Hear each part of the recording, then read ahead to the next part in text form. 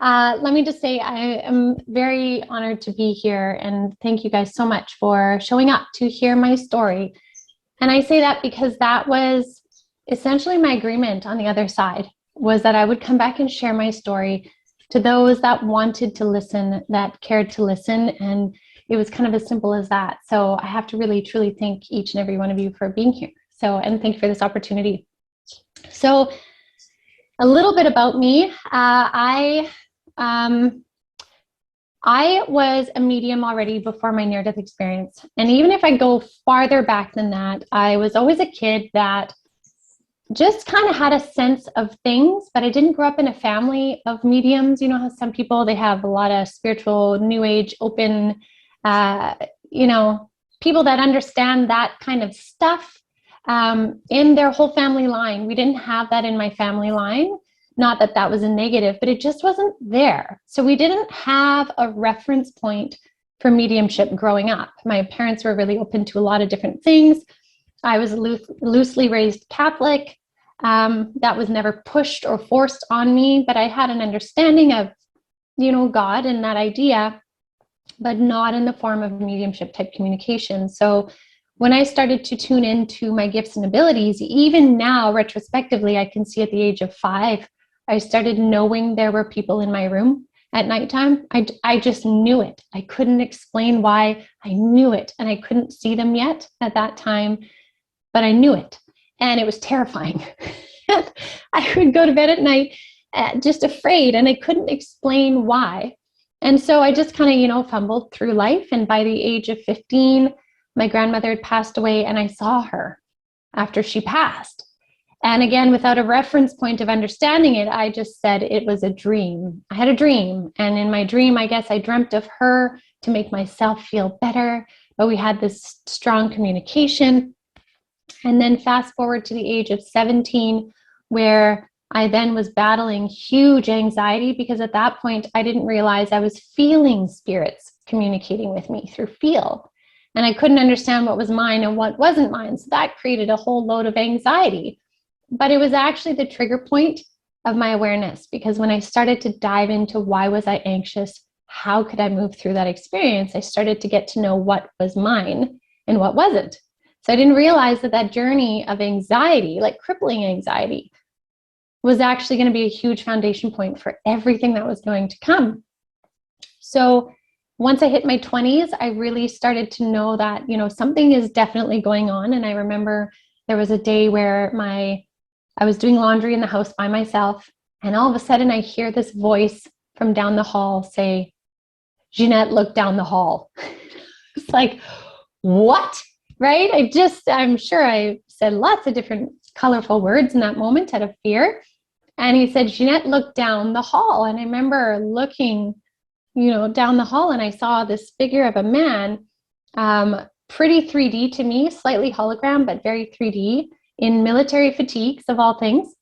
And I saw my cat at the time noticed him.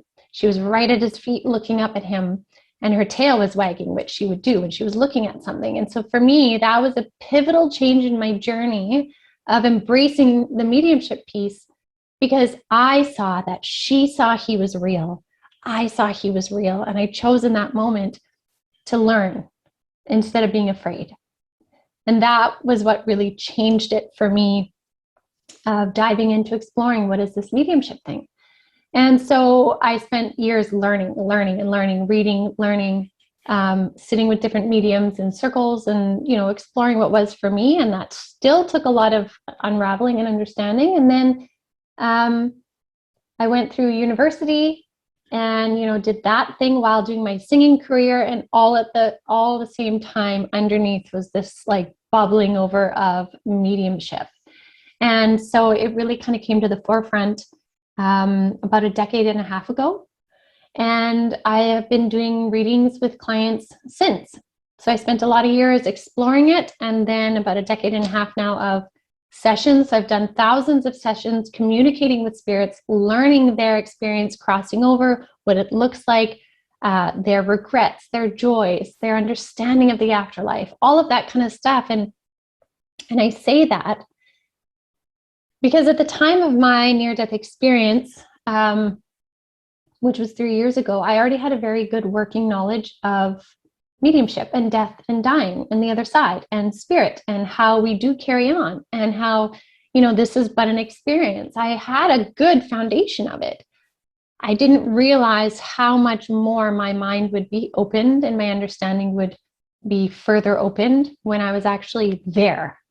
Because for me, what I would notice in readings is I was always given a window into an understanding or an experience or a vision.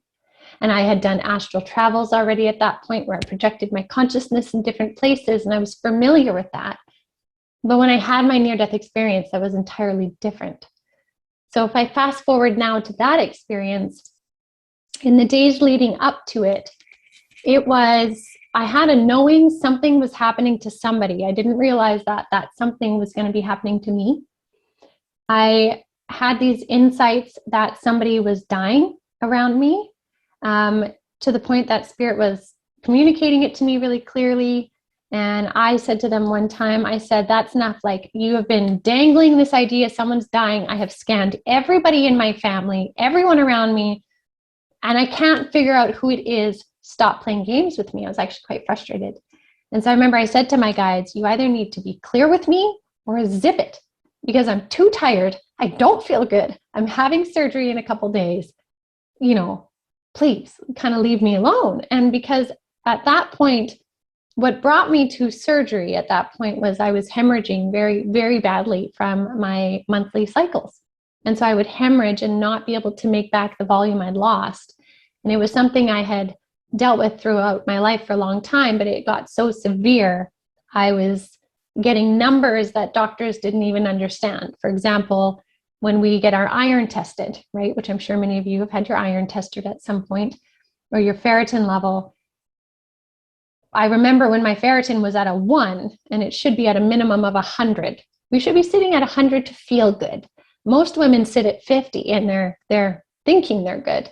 I was at 1, and I remember saying to the doctor, what happens when I hit 0? Like, what does that mean? And my doctor was like, well, you don't hit 0. You don't hit 0. I'm like, oh, okay. And, a couple months go by, I get my iron tested again, and I'm -3. And they're like, minus. My doctor was even like, what is minus? Like, I had minus? How do you measure minus? And I say that because I was at the time trying to do these iron infusions, where it's not a blood transfusion, but they would infuse bags of iron into me. And it took 3 bagfuls to get me up to only 27. And when I was finally filled up, 1 bag could jump me up 100 points, right? So once I was from 27, I got another bag, I jumped up 100 points. So it took me 3 bags full to get to 27. So this is why I say I was so tired, because iron is what carries our oxygen around. So when you don't have enough iron, you're not breathing well enough. I couldn't get out of bed. I was laying in bed most of the time. To get from my bed in the 4 steps to the washroom, I would be out of breath. And I couldn't hold a conversation. I would be done by now, And so that's why when I was getting towards my surgery date, finally, where they were going to physically change my body so that I wouldn't hemorrhage anymore, I didn't care anymore. I didn't want spirit dangling carrots of someone might die and all of this. I was like, I can't deal with it. And so leading up to my surgery, the day before, I had a friend of mine phone me, and I had said to spirit the night before, I said, either you tell me or you buzz off for a little bit. And the next day, a friend of mine who was a healer phoned me, and he was beating around the bush with something, asking me these questions of, if someone knew something about something, would you suggest you tell, or should they say something about the something? And I was like, I don't have the energy for it. Yes, tell them. And he said, you're going to die. And I remember thinking, like, it was like this feeling of a relief, right? Like this kind of relief. And at the same time, I was like, yeah, maybe I'm going to have an astral travel. So here it was telling me what I'd asked spirit to say, but I just didn't click into it. Like, yes, it's me. I'm like, no, I might have like an out of body experience or something, right? So the day of my surgery, I am feeling this level of excitement, and I had had surgeries before, and I was never excited before surgery. This one, though, there was something different. I was excited, and colors looked brighter. And, by the time they were wheeling me into the OR, I was like a kid waiting to, when you're sitting on the water slide, kids are at the water slide and they're waiting for their turn to go down the slide. And I felt like that anticipation of excitement. So when the anesthesiologist came to give me the gas to knock me out, I was like wanting to give him a high five, which I was like, interesting. So they knock me out, and all of a sudden I find myself with my grandmother who'd already passed on the other side. And I can tell you, I knew exactly where I was the minute I landed there, because I wasn't watching it like I had in thousands of different readings where I would see a window and I would watch through the window or project my consciousness somewhere. I was literally there in every way possible. I landed on this most beautiful green grass with my bare feet, and I could see every blade of grass if I wanted to by just zeroing in on it. Like I could just see it, and I could see the dew and the lines, and it was so soft on my feet, and it was this beautiful green. And I was walking up this hill, and I remember the sky was like the most beautiful summer blue sky, that perfect summer blue sky that just, you look at it and you can't help but stop. And it was like that. And I'm walking with my grandmother, knowing where I am and being completely okay. Nothing about it was jarring. Nothing about it was like, oh my gosh, what's going on, or anything. It was so seamless.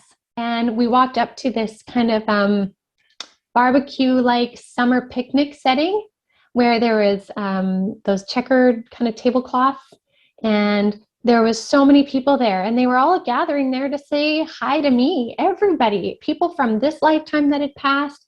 My grandmother was there, but then people from lifetimes before. And they were coming up and giving me the best hugs. It was like a family reunion, but in the most beautiful way, not in sometimes that awkward way when you haven't seen people in so long and you're kind of like, how's it going? It was just soul reunions. And every hug, I always say every hug, the closest thing I can explain to how loving they were was like when a toddler throws themselves in your arms, when they come running at you and they just throw their whole entirety of everything they are at you and they give you the best hug. That's what the hugs with everybody felt like in the reunion. And I couldn't believe the amount of people that showed up for me, and lifetimes before. And I remember seeing some of them that were not in this lifetime. And I was like, it was just like picking up where we left off.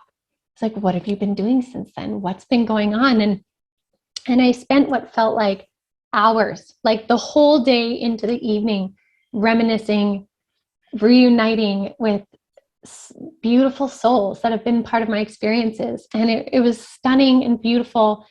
And then at one point, my grandmother then took me to another place. And I have to say, my whole experience of being in surgery in that whole time was only 20 minutes of our human time. But I had already spent hours, like 7 hours at least, at this barbecue. And then we go to this place, far, far, far reaches of the universe, into this room that was all white with this giant white boardroom table. And these, like outside the windows was like galaxies, but almost where the universe is creating itself. Like it was the edges of creation is the only way I can put it. And on this table, my whole council was with me and my grandmother. And when I say my council, it was like all the beings, souls, spirits, angels that have been a part of helping me organize my journey, as you all have your own councils organizing your journey. They were all there, and they rolled out these blueprints. And I remember I kind of chuckled because Spirit had always explained to me before that our lives are like a tapestry, right? And the weavings of the tapestry. And when you look behind it, you can see how intricately everything is crisscrossed, to then turn it around and see this beautiful design, which is our life experience and the way we crisscross with other people. But when I was seeing it during this experience, I saw it like a blueprint. And it was so neat to see. And it was blue, and it had this long line down the center that was iridescent, and it was like pulsing back and forth. So I knew that I was still alive, there was still life force in my blueprint. It wasn't inert. And I could see these different like juncture points on my path, kind of like if you ever take the subway or the SkyTrain and you see the map of the SkyTrain and it has the different stops along the line. That's kind of what it looked like. And so what we did with my council is we reviewed everything in my life up until the point of where I was standing with them in that room. And we went through all of it. It was a life review. Like I've seen spirits show me on the other side. Sometimes they watch a video, a life video review. Sometimes they see it on paper, read a book of it. Mine was going through the blueprints. And it was at that point when we got to where we were at that moment that they asked me if I wanted to stay or if I wanted to go back. And I remember thinking, it hadn't even crossed my mind the whole time I was there, whether I was staying or coming back. It was so seamlessly home on the other side. It just simply was right. It just was right.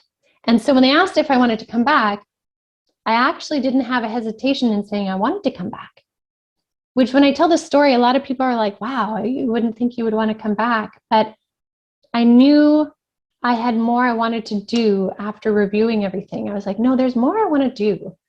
And it was more in a way of like curiosity and a desire to accomplish more. And so then they said, all right, well, with what you have remaining of your life, and it was about this long on the blueprint. And I can't recall exactly how long in my memory it was that we reviewed. So I don't know what this means. If this is 4 years, 20 years, I don't know the reference point, but I had this much time. And so they said, with what remains of your life path now, you can change some things. And that's when I had this beautiful understanding of how we really do create destiny points or specific lessons in our life blueprint on the other side before we come in. Because here I was having a chance to do a part 2 of my life, but with everything I'd learned, I could change some things around. And so I remember going through them and they said, you will remember the very first one, but you won't remember the rest until they occur. And so the first one I recall was having chronic health issues, right? Like I was a kid that chronically had something always. I would be the first one to get sick. Because of my severe anemia, I would catch everything possible. I broke bones. I had concussions. Like I was just, things would always happen. And so I remember pulling out that fuse. It looked like a fuse in a fuse box. And I remember pulling it out and looking at it and being like, are you serious? I can do this? And they're like, yes, you can replace it with what you would like. Because I had learned a lesson. And one of the lessons in my illness was surrender, like to just surrender to what was. And so I put it down and I picked up one of better health. And I remember thinking when I was putting it in, it's so vivid to me still, that I was like, yeah, okay, we'll see. I've been this sick kid, like, we'll see. So I put it in there and then I changed out a couple more significant life pieces and junctures. And again, they said, you will remember the very first one, but you won't remember all of them. And so once I finished that, then they asked me one more time. They said, now, are you sure you want to go back? And it was at this point, I could see my grandmother beside me, but I could also see my higher self. So we speak often of the higher self, like the full soul self, and then we come in as a fragment of self in this experience.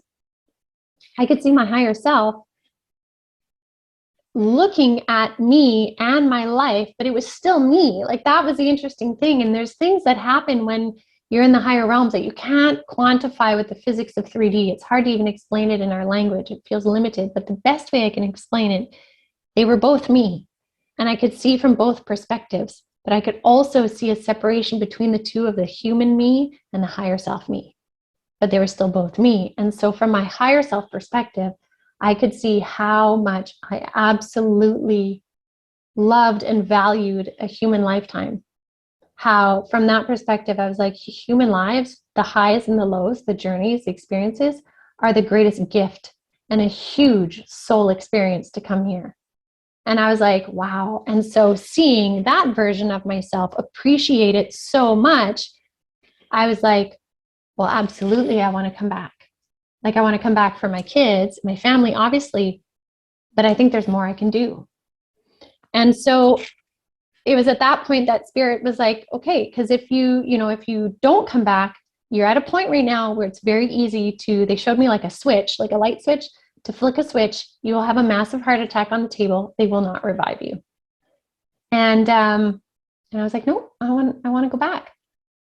And so I kind of made a deal with them. And I say a deal, it wasn't like I wouldn't be allowed if I came back to not do it, but the understanding was, and my willingness was, that I would come back and speak about it.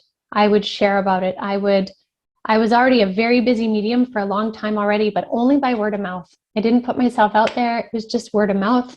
It got me busy and life was good. But I agreed I would come back and I would create a platform to speak about it. I would write about it. I would start a podcast. I would start a business, Avalon Spirit, to provide information and share stories, right? To provide an outlet for insights. If it resonated for people, I would do it. I would put myself out there. And so I was like, yeah, no, I will go back. And so they said, all right, since you're going back, several things will happen in rapid succession to get you on your path. And I said, okay. And before I knew it, I heard the nurse in recovery say, Ginette, are you awake? And this all happened within the span of like 2 seconds. But I heard her say, Ginette, are you awake? I felt my soul go like whoop back into my body. I could still feel my grandmother with me though in spirit. And I felt my higher self come through me really fast to speak to the nurse, because normally when I come out of surgery, it's quite funny actually. I don't make any sense. I'm quite comical. Apparently I'm a comedian of bubbling and gurgly, whatever, who knows what. My higher self comes in and I can see it almost in my periphery and speaks through me as clear as day. So the moment she says, Ginette, are you awake? I pop in my body and I say to her, I need you to write something down. I'm a medium and these statements are going to be very important. Can you please write them down? And she stopped what she was doing. I still had my eyes closed. And she said, okay, honey, what did you want to know? And it was just 4 statements. I have them on my desk. Like, this is the literal paper from my surgery. So they won't really make sense to you guys. It says, Great Baba, which was my Baba in Ukrainian, my grandmother, tree roots, time to entwine, and went far. So that doesn't mean a lot. But I said to her, I'm like, when you're done, like after you write this, fold it up and put it in my hand. And she did exactly that. She folded it up, put it in my hand. I held it here until they wheeled me in. And after that, she did all the pain med stuff. And I knew that my higher self jumped in, because had I had pain meds, I would have questioned myself too. I would have been like, could have been pain meds, like that logical linear side, which is why she came in to write it down, because I knew that that happened before they gave me any medications, anything to alter my understanding of it. So they wheel me into recovery. My mom's there. I remember opening one eyeball and giving my mom the paper. And I said, Mom, put this somewhere safe. I need this later. And I had this feeling of just joy and bliss. And I say bliss, but not in the way that we seem to understand bliss in human life. Oftentimes bliss is connected to excess, like, oh, blissful. It's like beyond happy. To me, bliss was like absolute harmony and balance. Like it was joy in perfect harmony. That's what I felt on the other side. And I brought that back with me. And it was, I remember that night, like the feeling of the bed sheets and the feeling of being in a human body and the feeling of everything was just beautiful. And it carried on for a few days. And so it was after a few days went by, I had no more pain meds in my system. Remember, I woke up one morning and my guide said to me, it's time for you to read the paper. I hadn't touched the paper or anything, this little paper here. So I remember I went to where my mom put it and I unfolded it and I read those phrases and the fullness of the experience came back to me. I knew what had happened, but the details just flew right back to me. And I remember I was like, I knew it. And so I went downstairs and my parents were there and I told them, I have to tell you guys a story. And so we sat in the backyard and I told them the story. I was like, this is what happened. My dad was like, you sure you didn't have pain meds then? And I said, no, Dad, this was all before. Like, this is what happened. And he's like, wow. And that day I started writing my book.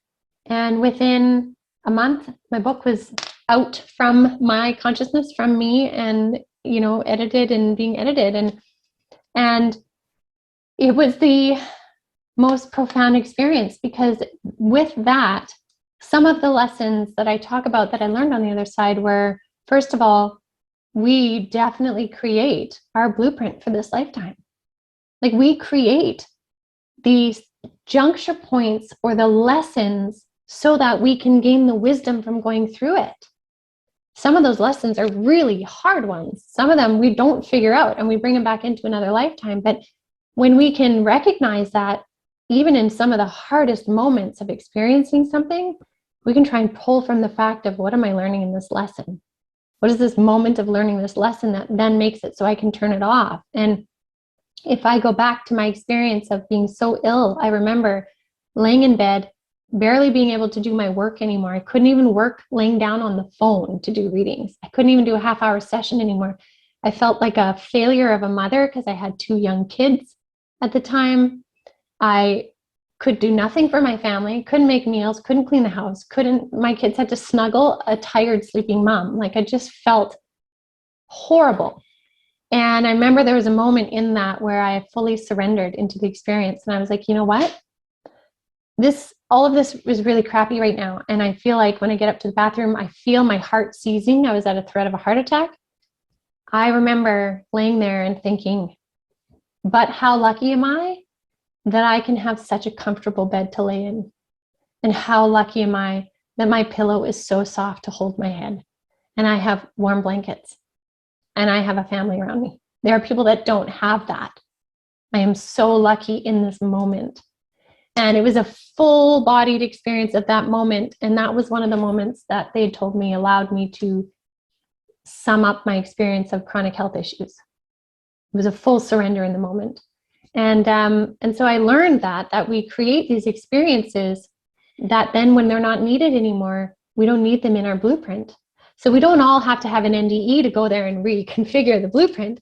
When we dive into the lessons and the repeated things that are happening and gain everything we can from it, we can bring an experience to its fullness, and it can complete, and it allows us to move forward. And so we create those desires for wisdom through the experience. And oftentimes wisdom is gained from challenges. Not always, but often. And so that was one of the main lessons I learned, was our destiny and how we create it with our guides and counsels. The other one that was really huge for me was our absolute gift in the human form of not only a lifetime and how valuable our souls see that, but how we are gifted the ability of conscious choice. And conscious choice in any moment is where we find our power again. So sometimes our choices within a moment are very small. Sometimes our choices are big. But in any moment, we get to choose always what we are going to do next because of whatever is happening to us. And when we recognize that, we get our power back in many ways. Even if all we can do is lay there and recognize how lucky we are to have soft sheets, right? That was my choice in that moment. In that moment, I could have continued down the road of, I'm a failure of a mother, I can't even be well enough for my children and all that. Instead, I decided to choose gratitude for my sheets and my bed. That's one example. I mean, there are many, and they're not always easy. I've had other experiences where this has not been easy to find a piece of gratitude or what is my choice here, but we create a destiny, and then we come in, and our conscious choice allows us to maneuver through those pieces. And what do we want to do about it? And when we recognize that we are conscious creators in our human experience, that what we choose to do creates the next things to unfold according to our divine destiny, and that the two are at play, we can start to live in greater harmony. Because then any of the crappy things that happen to us, we can recognize are happening for us to learn something. And sometimes that can help us move through an experience. Doesn't mean we have to, be super positive in a false way. We can look at things for what they are, but then come back to, well, what can I do about this now? What are my choices? And so that was a really significant one too. And we have choice in every moment, big and small. And so that's essentially my story in the best nutshell version I can give you. My book expands much more on it, but it was it changed my life. It also increased my access to spirit, my connection to spirit opened up much more and much faster since then. I can get to higher frequencies since then. But I also want to say on the other side, there was a good 6 months, maybe even a year, where I can't quite call it a struggle, but I was really having to consciously move through being back in human form and the density that we are here versus the lightness we are on the other side. They are very different. And so I say that because I want to say it is okay to feel like Earth life sometimes is very hard. Because it is. It's dense. We come here into 3D for experiences that are often going to be dense in form. That's why we chose to come here. But it's also like this willingness to move through it and experience it to gain everything we can, so that when we go back on the other side, we kind of bring this whole bounty of, look what I gathered. Look what my soul gathered as experiences. Look at all of this. And here it is. So that's kind of... That's a great question. So love, I think, is the most beautiful word for what God is to me anyway. God, source, creator, universe. To me, it is all love. And when I've asked my guides about, what about religions? What religion is right? What pathway is right? They always show me that. They show every different pathway almost, again, like a slide. And all the slides lead to the same pool, which essentially is love. Everything comes back to love. And that is so much what you feel on the other side. And so connecting to the higher self thing, I'm actually going to draw, because this will make more sense if I draw it. So if you consider, when you put oil on water, you're making spaghetti and you put oil in there and you're boiling it and you see the oil bubbles kind of separate. Right? The oil essentially likes to sit in a blob, one blob. And this is how I see source. I see God. Consciousness is this all connected thing. But when you hit that or you stir it up, it separates into these separate parts, right? Like separate bubbles. And that's how I see the higher self. So our higher selves essentially are emanations or pieces of what is God, but they separate. And so the higher self could be seen like this, right? So if we hit that oil bubble and we make them disperse, they're all going to come back together anyways, right? But for a time they disperse. And so it disperses into your higher self. And your higher self has many different lifetimes and experiences. And what happens is we take a piece of our higher self and come down into an earth existence. So say this is the line of the other side and earth, and we take a piece of this for an incarnation. And then what happens is when we cross back over, we cross and connect back in with our entirety. And that's why we have those moments of genius, that higher self-awareness. And that's why spirits, when they come through in mediumship sessions, they are very all-knowing because they're connecting back in with their whole self, which really is also a part of that bigger oil bubble, which is God. Another thing source. You could do too, that's often quite helpful, is having conversations with your higher self. And so we can have conversations with our higher selves the same way that we do with spirits, like loved ones or spirits, or our guides. What should I do about this? What do you feel about this? We can go direct to our higher selves also and ask for those insights and information. So whether you did that through a reading where someone facilitates it, or you do it yourself, that's also one way to see if you can glean anything else from the understandings that maybe your own mind isn't getting. Ask for your higher self because it knows the master plan, right? It helped to create the master plan. So that would be another thing. So my podcast, that was again one of the agreements I made with Spirit on the other side, that I would start talking about spirit stuff, right? Whatever they wanted to channel through, my experiences, interviews with people that have had different experiences. It would just be a platform to share. And so it's just called the Ginette Biro podcast, my first and last name.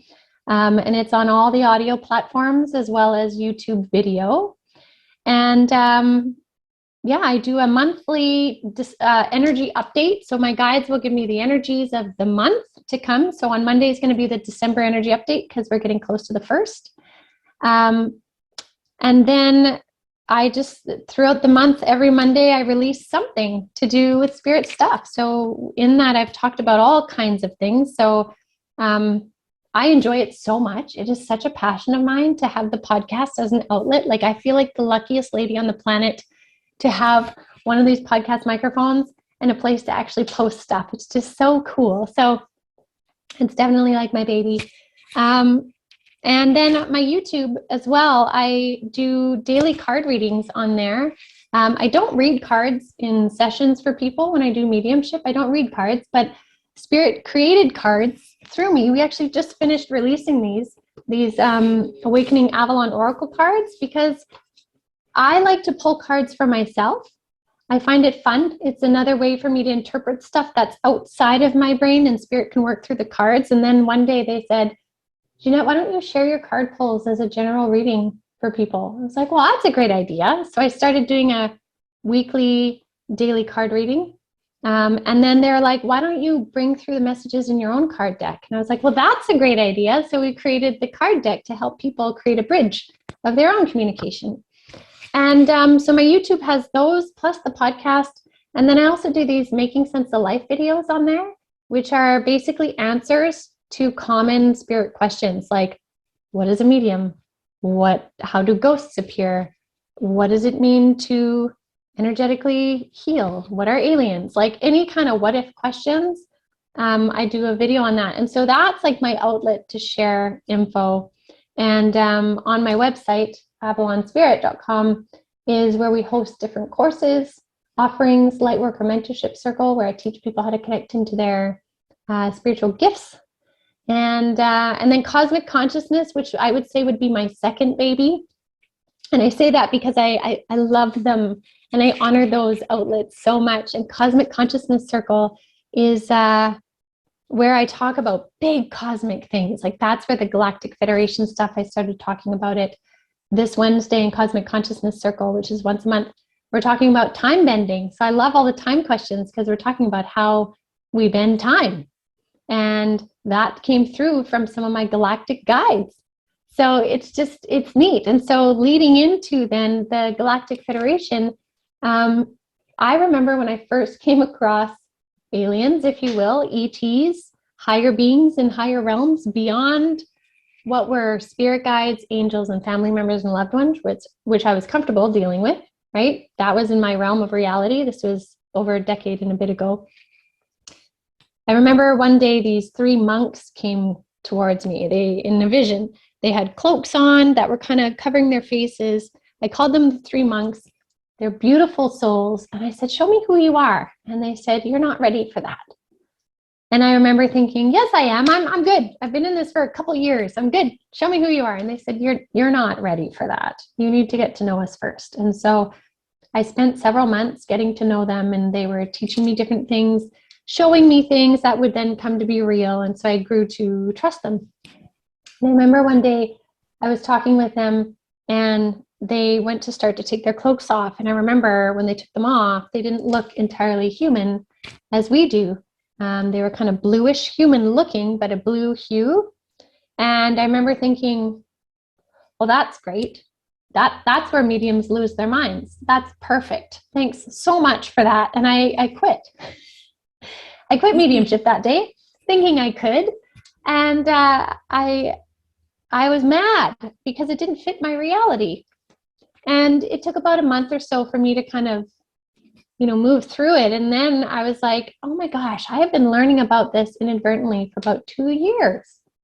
And I say that because I know what it takes to sometimes open up to that idea of many different beings and different kinds of guides that aren't just family members, angels, or spirit guides, but we have spirit guides in many different forms. And one of those things is to consider that we are not the only planet in this one solar system of all the solar systems in the millions of galaxies within the universe to be inhabited. That's a little egoistic, if I would say so, if we think we're the only ones, right? There's got to be more.